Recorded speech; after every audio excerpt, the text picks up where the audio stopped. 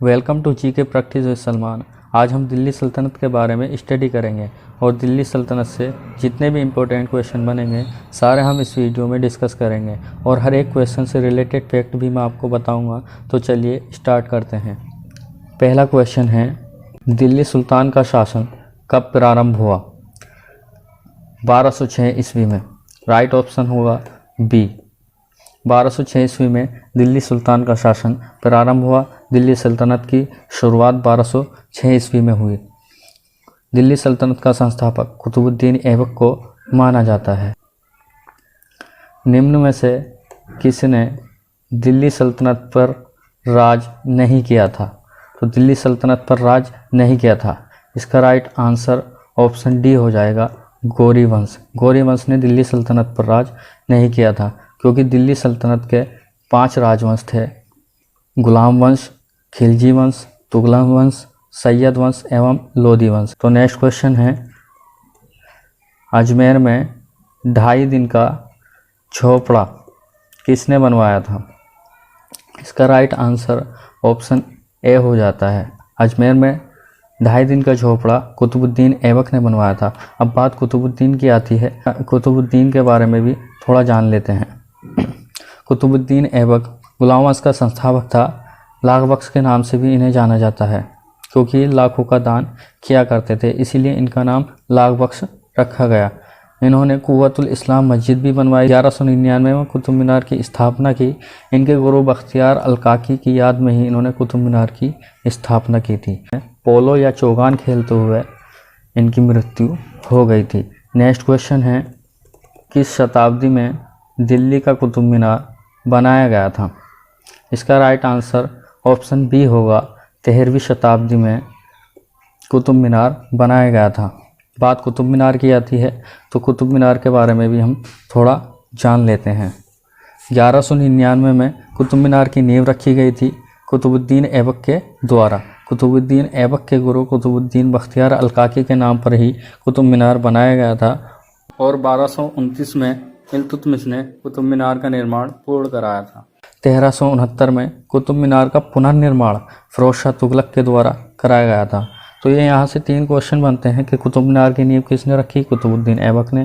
कुतुब मीनार का पूर्ण निर्माण किसने कराया था? तो इल्तुतमिश ने। और कुतुब मीनार का पुनर्निर्माण यानी कि दोबारा से निर्माण फिरोज शाह तुगलक के द्वारा कराया गया था। तो यहाँ से यही क्वेश्चन बनते हैं, इन्हें अच्छे से याद कर लीजिएगा। नेक्स्ट क्वेश्चन है, कुतुब मीनार किस प्रसिद्ध शासक ने पूरा किया था? मैंने अभी आपके इसके बारे में बताया है। इसका राइट आंसर ऑप्शन बी हो जाएगा, इल्तुतमिश। इल्तुतमिश के द्वारा ही कुतुब मीनार पूर्ण कराया गया था। तो बात इल्तुतमिश की आती है तो इसके बारे में भी थोड़ा जान लेते हैं। इल्तुतमिश दिल्ली सल्तनत का वास्तविक सुल्तान या भारत का प्रथम सुल्तान माना जाता है। चंगेज खां का आक्रमण इसके ही काल में हुआ था। इसने फुरकान चहलगानी या दल चालीसा बनाया था, जो सरदारों का एक समूह था। कुतुब मीनार का निर्माण इल्तुतमिश ने ही कराया था। तो नेक्स्ट क्वेश्चन है, दिल्ली के सुल्तान का पद संभालने से पहले बलबन किस सुल्तान का प्रधानमंत्री था? इसका राइट आंसर ऑप्शन ए हो जाएगा, नसीरुद्दीन का। जी हाँ, नसीरुद्दीन महमूद का ही प्रधानमंत्री हुआ करता था बलबन। नसीरुद्दीन महमूद का कोई पुत्र नहीं था, उसका कोई उत्तराधिकारी नहीं था, इसलिए नसीरुद्दीन महमूद ने बलबन को अपना उत्तराधिकारी घोषित कर दिया था और नसीरुद्दीन महमूद की मृत्यु के बाद ही बलबन अगला राजा बना था। नेक्स्ट क्वेश्चन है, निम्न में से दिल्ली का पहला प्रभुता संपन्न सुल्तान कौन था?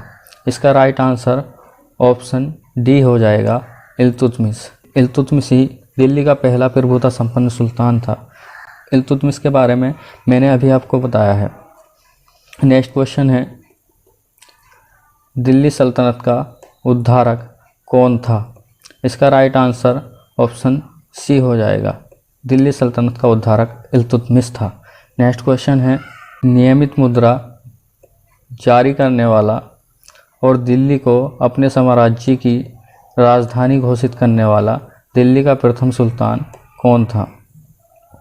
इसका राइट आंसर ऑप्शन डी हो जाएगा, इल्तुतमिश था। इल्तुतमिश ने ही दिल्ली को अपनी राजधानी घोषित किया था 1229 में। पहले दिल्ली सल्तनत की राजधानी लाहौर हुआ करती थी और दिल्ली सल्तनत की लैंग्वेज फ़ारसी लैंग्वेज थी। तो नेक्स्ट क्वेश्चन है, चंगेज खां ने जलालुद्दीन का पीछा करते हुए किसके शासनकाल में भारत की सीमाओं पर आक्रमण किया था? इसका राइट आंसर हो जाएगा ऑप्शन बी, इल्तुतमिश। मैंने अभी आपको बताया था कि इल्तुतमिश के ही शासनकाल में चंगेज खां ने भारत पर आक्रमण किया था। चंगेज खां का वास्तविक नाम तैमुचिन था और ये मंगोलिया था। तो नेक्स्ट क्वेश्चन है, निम्न में से किसको शक्तिशाली नौबलों के एक समूह चहलगानी के विनाश का श्रेय दिया गया था? इसका राइट आंसर ऑप्शन सी हो जाएगा, बलबन को।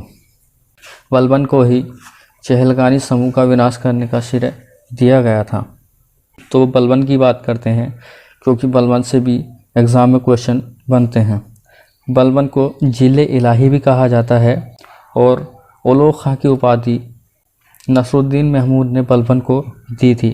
तुर्कान ए चहलगानी जिसकी हम बात कर रहे हैं या दल चालीसा की, तो इसका अंत भी बलबन ने ही किया था। सिजदा व पायपोस की प्रथा चलाई जिसमें सजदा करना और पैरों को चूमना था। इसके द्वारा ही एक नया त्यौहार नवरोज का परिवर्तन किया गया। तो बलबन से इतना ही क्वेश्चन बनते हैं। नेक्स्ट क्वेश्चन है, प्रसिद्ध फ़ारसी त्यौहार नवरोज का परिवर्तन किसने किया? मैंने अभी आपको बताया है कि नवरोज त्यौहार भी चलाया गया। तो इसका राइट आंसर ऑप्शन डी हो जाएगा, बलबन के द्वारा। बलबन ने ही नवरोज त्यौहार का परिवर्तन किया था। नेक्स्ट क्वेश्चन है, चहलगानी या फोर्टी के रूप में विख्यात तुर्की सामंतों की शक्ति को भंग करने वाले प्रथम दिल्ली के सुल्तान कौन थे? तो इसका राइट आंसर ऑप्शन बी हो जाएगा, बलबन। बलबन ने ही तुर्कान चहलगानी का अंत किया था या इसको भंग किया था। तुर्कान चहलगानी को दल चालीसा भी कहा जाता है। ये एक सरदारों का समूह था। तो नेक्स्ट क्वेश्चन है, रजिया सुल्तान किसकी बेटी थी? इसका राइट आंसर ऑप्शन ए हो जाएगा, इल्तुतमिश की बेटी थी रजिया सुल्तान। बात रजिया सुल्तान की आती है तो ये इल्तुतमिश की बेटी थी। दिल्ली सल्तनत की प्रथम महिला शासक थी। यही क्वेश्चन इससे बनते हैं। तो नेक्स्ट क्वेश्चन है, भारत की प्रथम शासिका कौन थी? तो इसका राइट आंसर ऑप्शन पी हो जाएगा, रजिया सुल्तान थी भारत की प्रथम महिला शासिका। और रजिया सुल्तान को ही दल चालीसा के द्वारा मारा गया था, या ये कह सकते हैं कि दल चालीसा ने रजिया सुल्तान को मार दिया था। नेक्स्ट क्वेश्चन है, वे दो वंशज कौन थे जिन्होंने खिलजी शासकों से तत्काल पहले और बाद में शासन किया? दिल्ली सल्तनत में खिलजी वंश से पहले और खिलजी वंश से बाद में जिसने शासन किया है उसके बारे में बताना है। तो इसका राइट आंसर ऑप्शन सी हो जाएगा, गुलाम तथा तुगलक। दिल्ली सल्तनत में 5 ही वंशज हुए हैं। वो हुए थे गुलाम वंश, खिलजी वंश, तुगलक वंश, सैयद वंश और लोधी वंश। ये भी आपको याद रखने हैं क्योंकि इसका भी क्रम मालूम कर लिया जाता है। तो नेक्स्ट क्वेश्चन है, दिल्ली के खिलजी सुल्तान कौन थे? तो दिल्ली के सभी खिलजी सुल्तान जो थे वो तुर्क थे। तो राइट आंसर ऑप्शन सी हो जाएगा, तुर्क थे। नेक्स्ट क्वेश्चन है, खुद को दूसरा सिकंदर या सिकंदर ए सानी कहने वाला सुल्तान कौन था? इसका राइट आंसर ऑप्शन बी हो जाएगा, अलाउद्दीन खिलजी। अलाउद्दीन खिलजी को सिकंदर ए सानी भी कहा जाता है और ये खुद को दूसरा सिकंदर भी कहता था। तो बात अलाउद्दीन की आती है तो अलाउद्दीन से भी एग्ज़ाम में क्वेश्चन बनते हैं। तो अलाउद्दीन के बारे में थोड़ा जान लेते हैं। वास्तविक नाम अली गुरसास था। इन्होंने 2 कर लगाए थे, घराई और चराई। घराई कर हाउस टैक्स था और चराई कर एनिमल्स टैक्स था।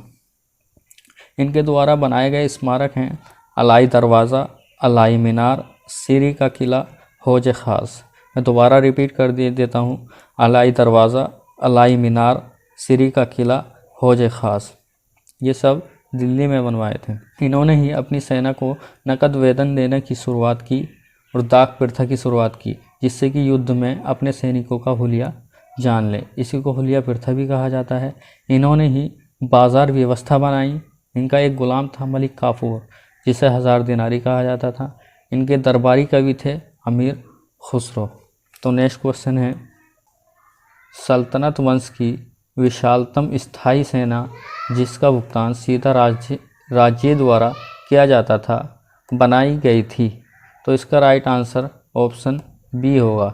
स्थायी सेना अलाउद्दीन खिलजी ने ही बनाई थी, क्योंकि ये अपनी सेना को नकद वेतन देता था, इसीलिए अलाउद्दीन खिलजी ने ही विशालतम स्थायी सेना बनाई थी। तो नेक्स्ट क्वेश्चन है, दक्षिण विजय करने का मिशन अलाउद्दीन खिलजी ने किसे सौंपा था? तो इसका राइट आंसर हो जाएगा ऑप्शन सी, मलिक काफूर। मलिक काफूर के बारे में थोड़ा जान लेते हैं। मलिक काफूर अलाउद्दीन खिलजी का ही ग़ुलाम था। इसको नुसरत खान ने 1000 दिनार में ख़रीदा था, इसीलिए मलिक काफूर को 1000 दिनारी भी कहा जाता है। कोहिनूर डायमंड वारंगल अभियान के दौरान लूट कर लाने वाला ग़ुलाम मलिक काफूर ही था। आज की इस वीडियो की PDF फाइल आप इस वीडियो के डिस्क्रिप्शन से डाउनलोड कर सकते हैं। अगर आपको किसी क्वेश्चन में कोई डाउट होता है तो आप कमेंट में मालूम कर सकते हैं। और अगर आपको हमारी वीडियो अच्छी लगी हो या हेल्पफुल लगी हो तो वीडियो को लाइक कीजिए, शेयर कीजिए और हमारे YouTube चैनल को सब्सक्राइब कीजिए।